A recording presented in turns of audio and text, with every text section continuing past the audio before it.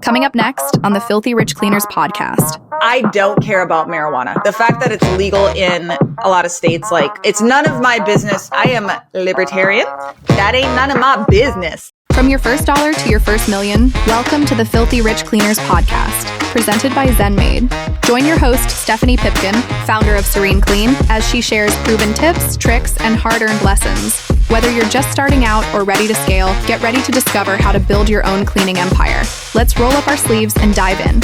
Hey guys, welcome back to the Filthy Rich Cleaners podcast. I'm your host, Stephanie Pipkin, and it is a glorious, beautiful Monday morning. I'm watching the squirrels frolic in the tree in front of my computer desk. And I thought I would take the opportunity to answer a bunch of your questions that you have left on either the podcast episodes, a couple that I saw just overarchingly, either on social media, on one of our reels, or in the ZenMade Mastermind, because I want to make sure that I'm giving you guys the information that you are craving.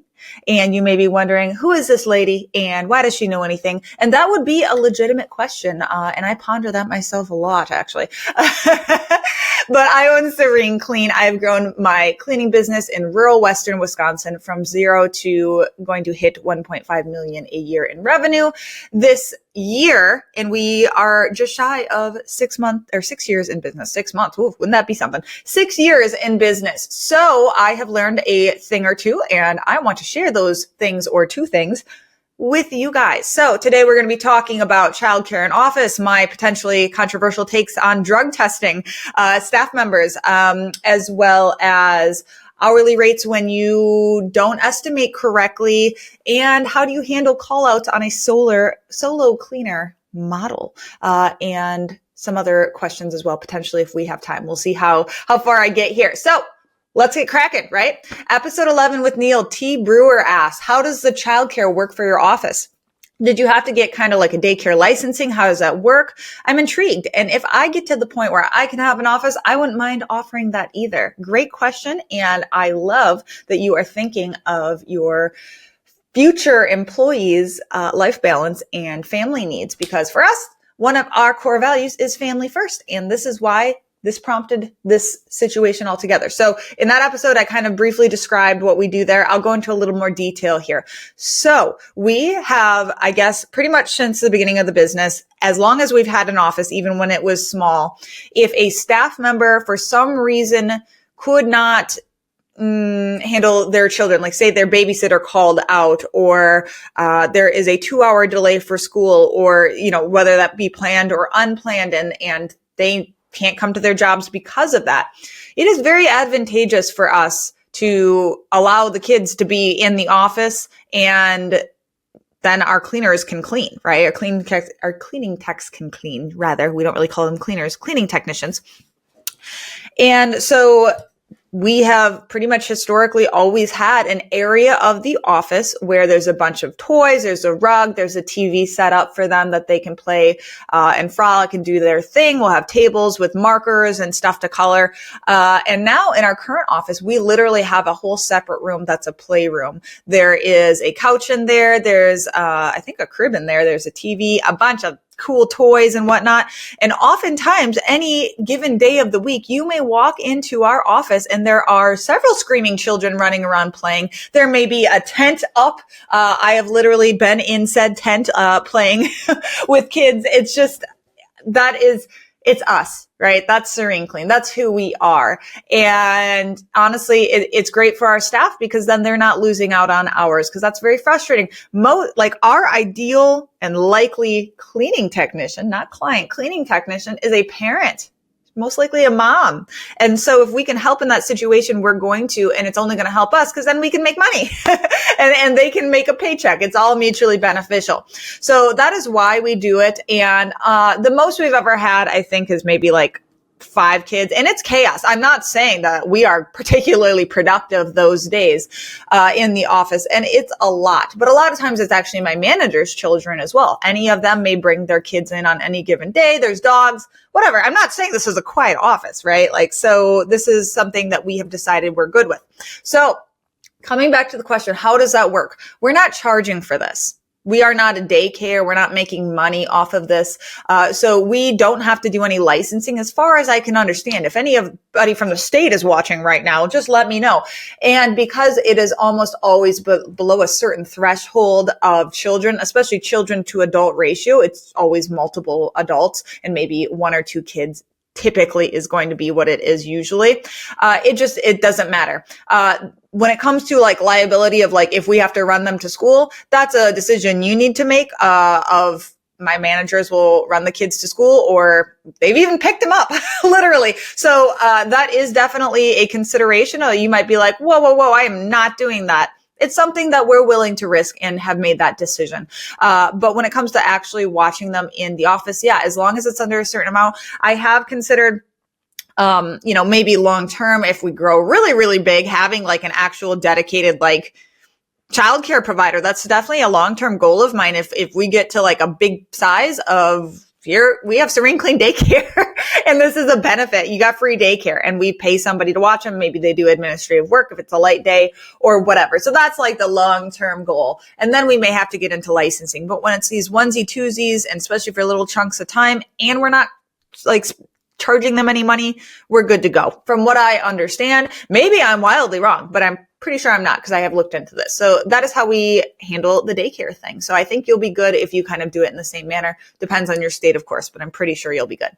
Next question, episode 8, which was 3 expensive mistakes that new business owners make in the cleaning industry. And Damien asks, I implemented a policy/process that I charge a flat rate initially that covers a set amount of time that I expect the cleaning should be finished. If for any reason that the cleaning takes longer, the customer has the choice/option to select our hourly services for $20 an hour, which they can say yes or no. If they say no, then we end the cleaning.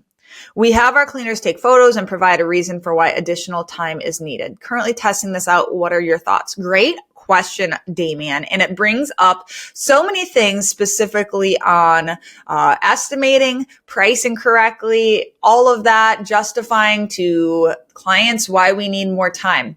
So there's a couple different things I want to bring up. And one of them is that pretty much every cleaning business that I know sometimes has to do something like this, meaning you get to the job, it's not what you expected, or it's taking longer than you expected for XYZ reason. You need to communicate with the client, hey, we need to charge more, blah, blah, blah, right?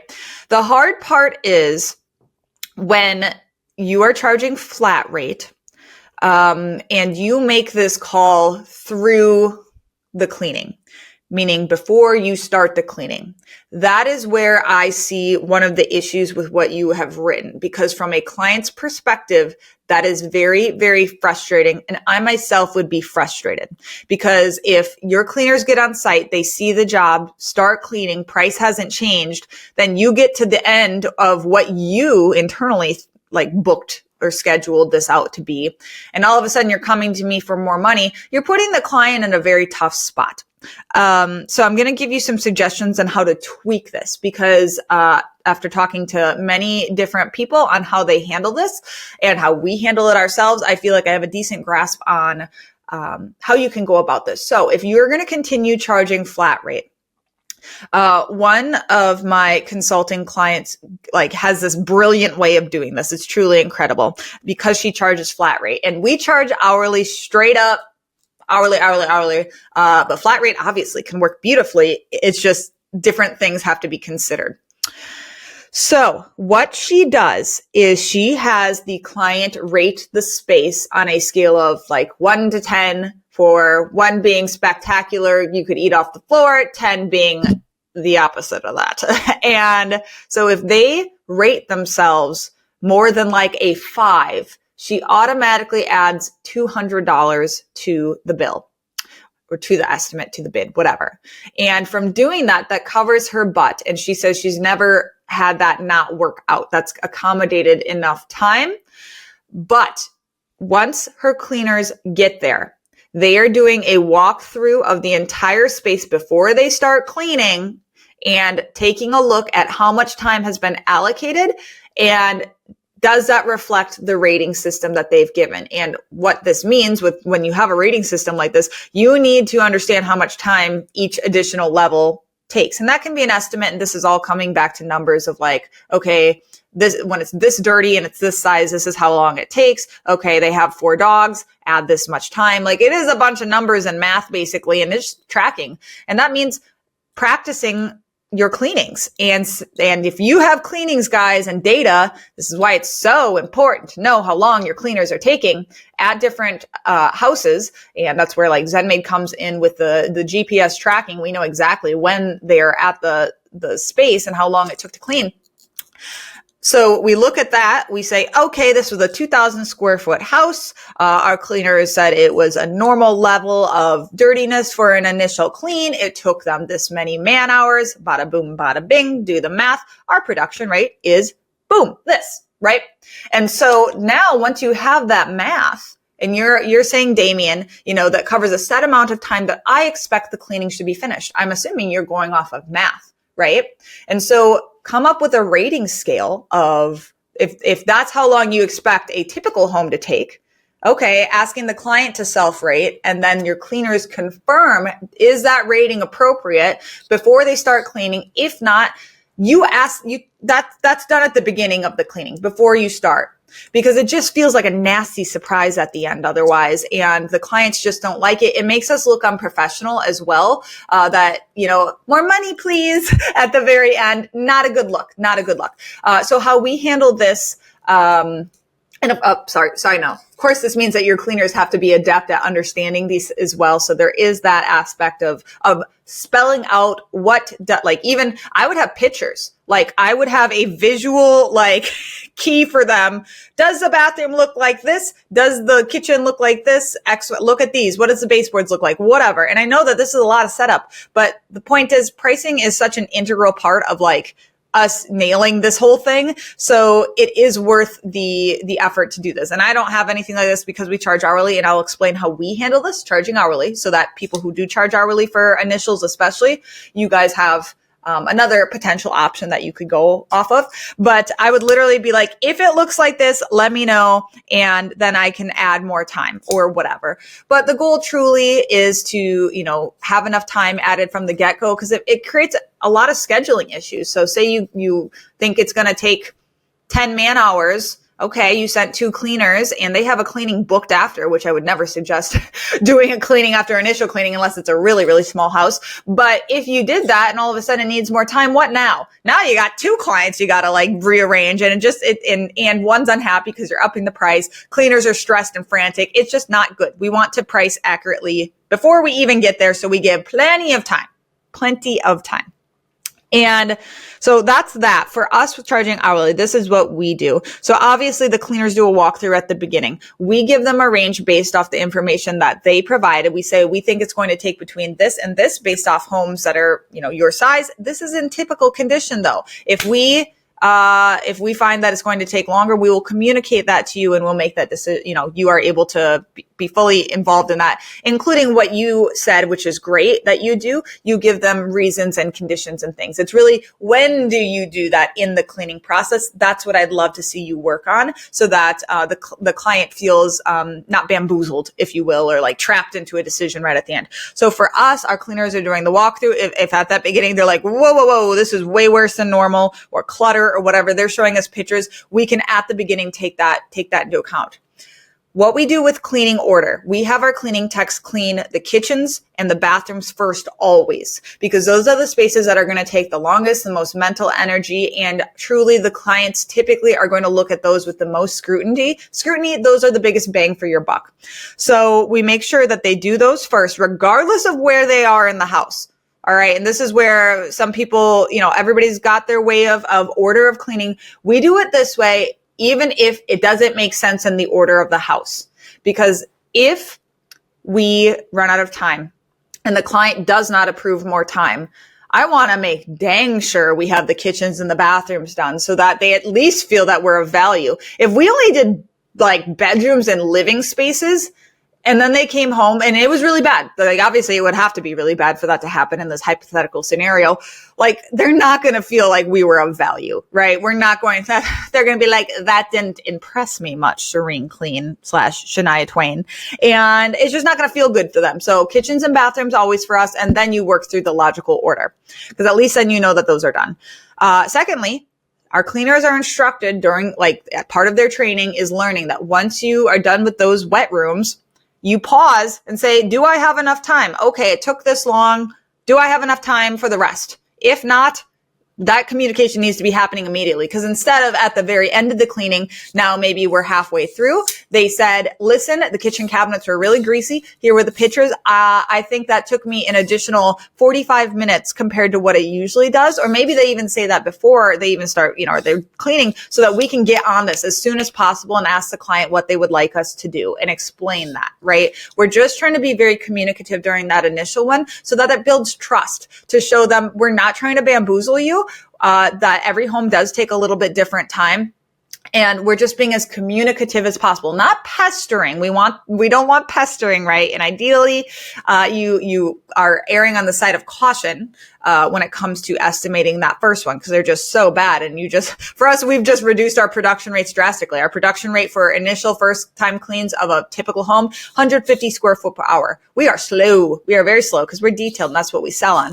But if it's even slower than that, we're just trying to be communicative. And if it is slower, the client knows, their house is maybe a little gnarlier than the typical, potentially, or it's just more buildup or it's never been cleaned. And so pictures, communication, and being as specific as possible of what the cleaners anticipate more time, and they might not need it, but we would rather get that approved and then said, just kidding, we didn't need that, than the other way around and making it look like we're just like not organized, don't know what we're doing. So those initial cleans are so crucial. And yeah, we're going in sight unseen. That's what I suggest, is you don't go do walkthroughs. And I know a lot of you are clutching your pearls right now. Don't do walkthroughs once you get the hang of it, okay? Like, you can do walkthroughs in the beginning. I certainly did, but it is not scalable to go and look at walkthroughs when you have like dozens of leads coming in. It just doesn't make sense. It doesn't make sense. Okay. Financially, time-wise, does not make sense. And you can absolutely sell without doing that. Like, that proof is in the pudding.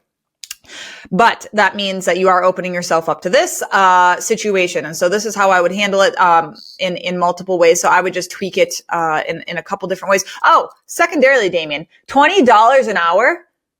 What are you doing, man? What? A cleaning business? $20 an hour? No. Individual cleaners can be charging like 40, right? So you need to be charging way more. I don't know what your numbers look like. That would be something to discuss. But like I said, rural Wisconsin, our hourly rate is $55 an hour currently.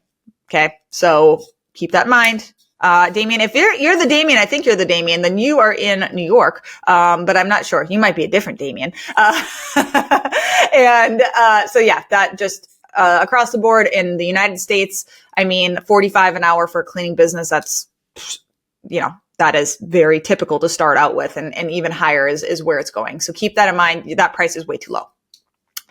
Okay, episode 15 with Maria. Kristen asks, great information yet again. Thank you, Kristen.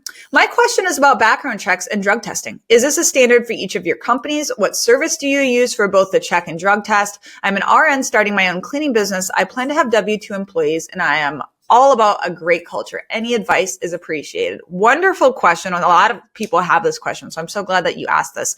So, number one, background checks. Absolutely. So there's a couple and this is going to be state specific. So, this is very niche to Wisconsin. So the Department of Justice cost is $7 per check, but is specific to Wisconsin only. That's for our state. Your state may very well have a Department of Justice that you can run it through.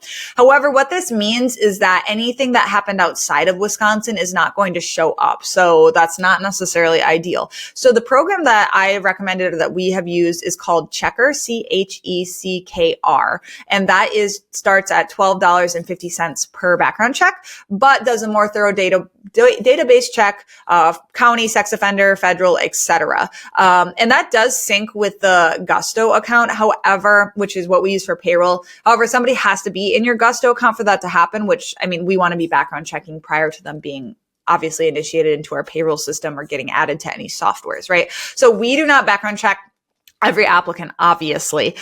We certainly will of somebody that we're interested in, because we don't want to be spending, hundreds of dollars on that. Okay, this is where, so that would be a program that I recommend. I think that that's pretty affordable considering, but just wait to the very last moment. And I always ask in our interviews, like when we are, offering a job, we ask, what are we going to find? We will just be honest. Remember, guys, we've got felons on our staff. Like everybody's got a record. Not everybody. That's not true. But a lot of people have had some type of run-in with the law. Okay. Like it's Wisconsin. Everybody underage drank or whatever. Like it's just, we're going to find stuff. So I'd rather just to see, like we ask them because we're like, hey, we are going to do a background check. Like, what are we going to find? Are they honest? Are they upfront? And obviously, that's nerve wracking. And even to get the explanation of like, yeah, this happened, again, felonies. Well, what happened? Tell me, give me some context here. Okay. And then we'll see if their story kind of coincides with what we can find. Okay. Drug testing. We do not drug test. We do not drug test, and that's because nobody could work at Serene Clean. Then I'd have no employees because everybody be doing drugs. Truly, I don't care about marijuana. I don't care. The fact that it's legal in a lot of states, it's none of my business what my staff members do with their bodies in their free time. All right. I am libertarian and that ain't none of my business. So freedom, personal freedom and consequences of your choices. I'm truly just, that's my thought process. Additionally, it doesn't necessarily mean that it's accurate. They of course can, skirt the system or whatever. So it's just like, and for me, it's like, well, what's the line? Okay. If I don't care about pot, well, what is the line? What if something else shows up in their system? And I guess you would really have to lay out specifically, well, if it's meth or heroin, then no. If pot or cocaine, then okay, I guess I'm okay with that. What is that line? I don't really want to make that decision. And honestly, if they are on drugs, you usually can tell, meaning hard drugs. Everybody that it's pretty obvious by their behaviors, and how they act in the business. So is it foolproof? No. Am I wanting to put that in a policy knowing that I'm not going to probably enforce it? Also no. So that doesn't mean you have to at all. You can totally drug test up the yin yang. You can have them tested every month if you want. That's your choice. This is just my choice and what I've made the decision of. That is not a worthy investment for me in this particular case. So that's my hot take there. Okay. Finally, a couple more questions, guys. So episode 11 with Neil, Gentry Hunter asks, what do you do if you can't afford a coach? I put all the money I have into this business. I keep hearing invest in education and get a coach who can teach you the ropes. It's not always possible, especially if you're broke just starting out. Wondering what ideas you have. So true. So true. You don't need a coach. All right. You don't need a mentor. You need to be finding and devouring educational material from people who have walked the path, and make sure that they are relevant in the path. And don't be afraid to be highly specific in your searching. All right. Don't just how to run a cleaning business effectively, blah, blah, blah. All right. Hone in on one specific area, sales or marketing or cleaning techniques or whatever. That is where I would get more specific. And I answered kind of this topic in my last solo episode, which I believe is going to be the one before this. I just recorded it this morning, but it talks about using ChatGPT literally as a coach and mentor. And so if you haven't watched that, Gentry Hunter, I would definitely go watch that episode. It's towards the end that I talk about that. But just to recap, literally, I just give ChatGPT vocally a prompt because I just record myself asking it questions. It is so worth the more premium account because it literally can change your life. So I just say, hey, you are a marketing expert, or you are XYZ person that knows their stuff, and they have, and it needs to be somebody who obviously has a lot of content for ChatGPT to understand. But you are a marketing and branding expert for service-based businesses, especially cleaning-based businesses. So this is my business. This is what I'm having a problem with. What would be the strategy that you suggest for this? And just every single question you have, go through that. And it will help you consider things that you haven't considered or avoid problems that you don't even know are coming. And that's truly where coaching and mentorship is useful of like, when you give me an idea, I can immediately tell you, no, it's not a good idea, right? Because I've done that and it didn't work. So like, no, you need to learn. So this is where you're already doing the right thing. You're exposing yourself to great material. But I would just say get specific with what the problem is and run the data, run the numbers, track everything so that you can then go and say confidently, okay, I am on average making this much money. This is how much each lead is costing me. Like, are you doing the basics right now? Are you bookkeeping? Are you doing follow-up on your leads? What does that process look like? What softwares are you using? And then, just because I say that those are the ground rules and frameworks of we need to understand what the problems are before you can try to find the solution, then you can ask ChatGPT. And I'm just such a fan of it. It really can be life-changing. And of course, if you can email somebody or somebody who is open to questions, I am always open to questions. My inbox is always open, Stephanie@serene-clean.com. Always open to that. And then I'd be happy to share these questions. Or side note, maybe this would be a really fun podcast episode if you were willing. If you want to have a full free consultation with me, but we get to publish it as a podcast episode and everybody can learn. Maybe that's a creative thing that we could do if you're open to it. I get it. Not everybody is open to it, but I think that would be a really good learning experience for everybody. So, there's just so much free content out there. It's kind of overwhelming. And who do you listen to? I would say, have they walked the path that you want to walk? And it doesn't need to be in the cleaning business. Remember that. I actually do not consume anything cleaning industry specific at this point. Because I want to learn from other industries and people who just know marketing. If you know marketing, you know marketing, you know marketing, right? And then we can tailor it down to our industry. So that would be my answer for that. Let's see here. And then an anonymous member of the ZenMaid Mastermind. Side note, have you joined the ZenMaid Mastermind? You don't need to be a ZenMaid customer. So go join that right now. We'll link it down below. It's a great Facebook group. So the member asked, I think this was just the other day, for those of you who use solo cleaners model, which strategy do you use for callouts? So last minute callouts are annoying. Some clients who are open to have a different cleaner, the last minute callouts are annoying some clients who are open to having a different cleaner come to their house. It's hard to have somebody on call. You're darn tootin' right. It's hard. It's expensive to have somebody on call, especially full time. The secret is you don't book yourself fully out. You don't book yourself solid so that you have wiggle room or you can push. So we always try to leave openings at the end of the week as much as possible so that we can push appointments, especially flexible ones, as much as possible, rearrange, pull cleaners from other clients if necessary, et cetera, et cetera. We run on first time cleans, obviously multiple cleaners because it's too much for one cleaner.